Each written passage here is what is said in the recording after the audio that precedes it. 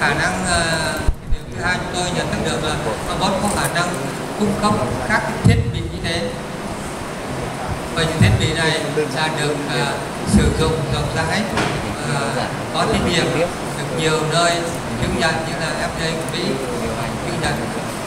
Nên là tôi thấy rằng là cái robot có khả năng cung cấp được, và cùng giới thiệu chúng tôi biết được một cái khái quát những cái trang thiết bị cũng như những cái cũng như là các thuốc thử và các sinh phẩm dùng trong hoạt động thí nghiệm về vi sinh học và các hóa sinh.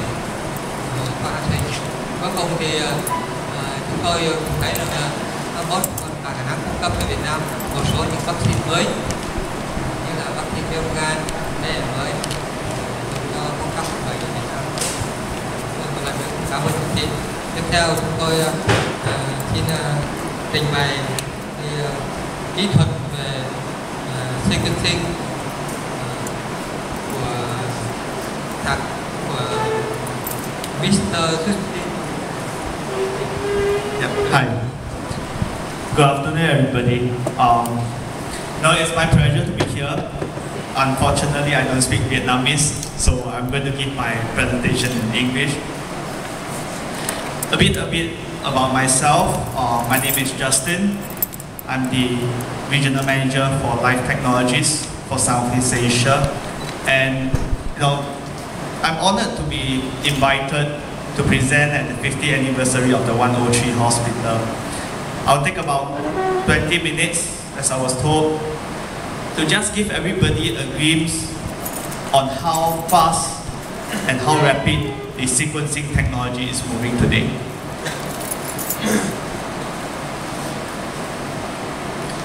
A bit about Life Technologies.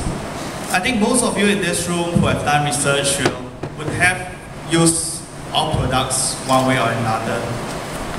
We are basically a merger of Invitrogen as well as Applied Biosystems back in 2009. And together now we are known as Life Technologies, based in California, USA, and we have presence across the world, of course, in Vietnam with this tech. What we have specialized so far, we are a pioneer in sequencing technology. And that goes back to the 1980s, whereby we are familiar with capillary sequencing, or traditionally known as Sanger sequencing. That's the box that you see here.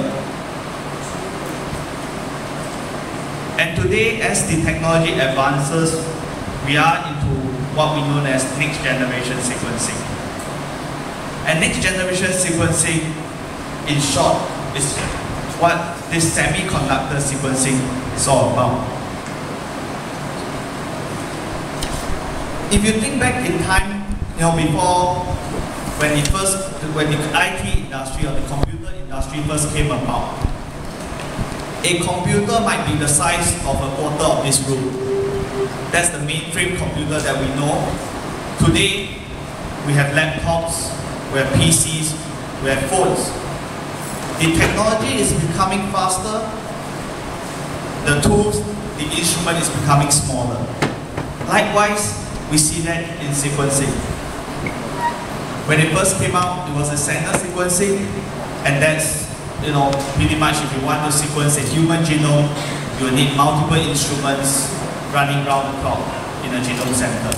Today, with the PGM, which is known as the Personal Genome Machine, you pretty much can get your genome sequenced in a couple of days at a fraction of what it costs to do a whole human genome in the past.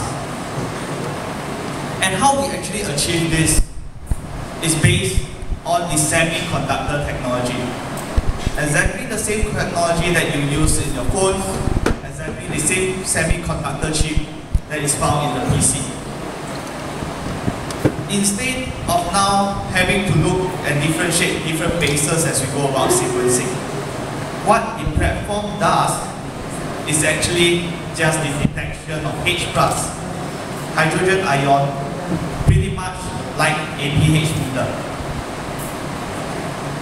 If you look at this, this is a typical blow-up of a semiconductor chip. What we have done is we have actually amplified DNA on the bits and put throw the bits into the wells of the semiconductor chip and sequentially start throwing nucleotides. We are talking about unlabeled nucleotides, just an A, T, C, G. And as we throw nucleotides in, what the chip does is to detect H+, which is actually a byproduct of the DNA polymerase reaction. So every time a nucleotide is incorporated by the DNA polymerase, H+ is naturally given out as part of this chemical reaction.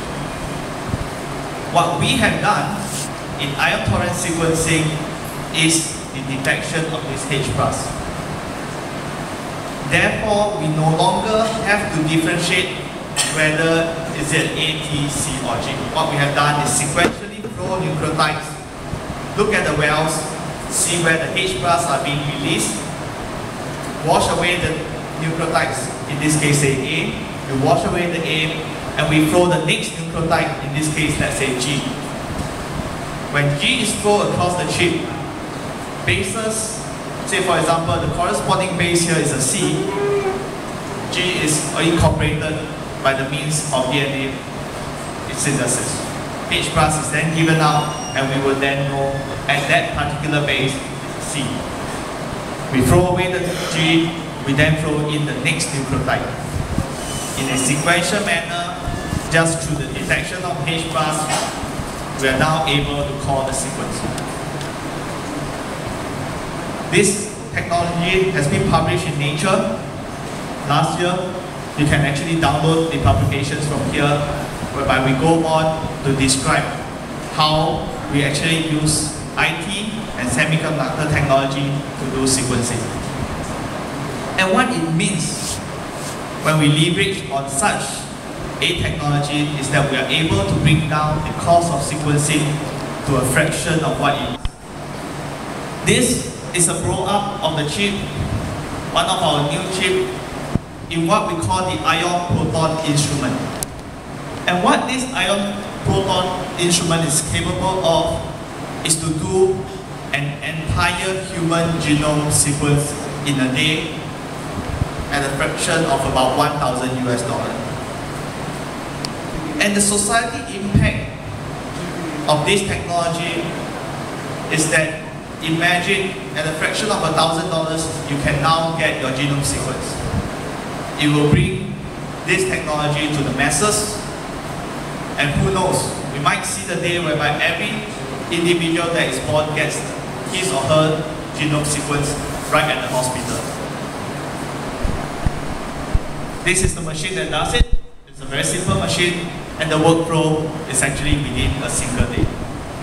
From extraction of DNA, to the emulsion PCR, to the sequencing, to the data analysis, within a single day, and around kind of applications that you might be interested in.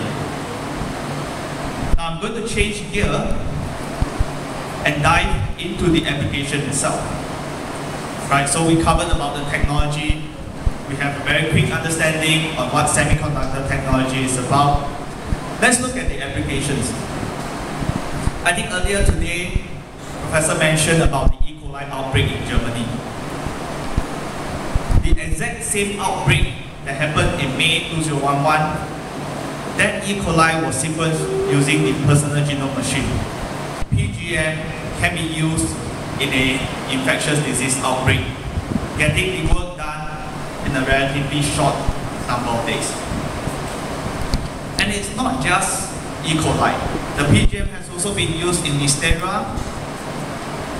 The PGM has also been used to sequence the whole genome of MRSA. And all this is now possible because of the semiconductor technology bringing down the cost of sequencing. And it's not just in microbiology research. Today in cancer research, researchers, doctors have used the PGM to actually get a series of amplicon sequence in a single run. Or tumor suppressor genes, looking at about 739 mutations in a single run of about 2 It used to be a day, if you do this on the capillary sequencing or a real-time PCR, you're basically going to... We know that mitochondrial genomes is extremely useful. It's used in several tests. It's used in human identification work as well. A mitochondrial genome is about 16 kb. If you put it onto a traditional sequencer, you basically might be instruments to see results. But today, given the advancement of internet, the widespread use of Wi-Fi,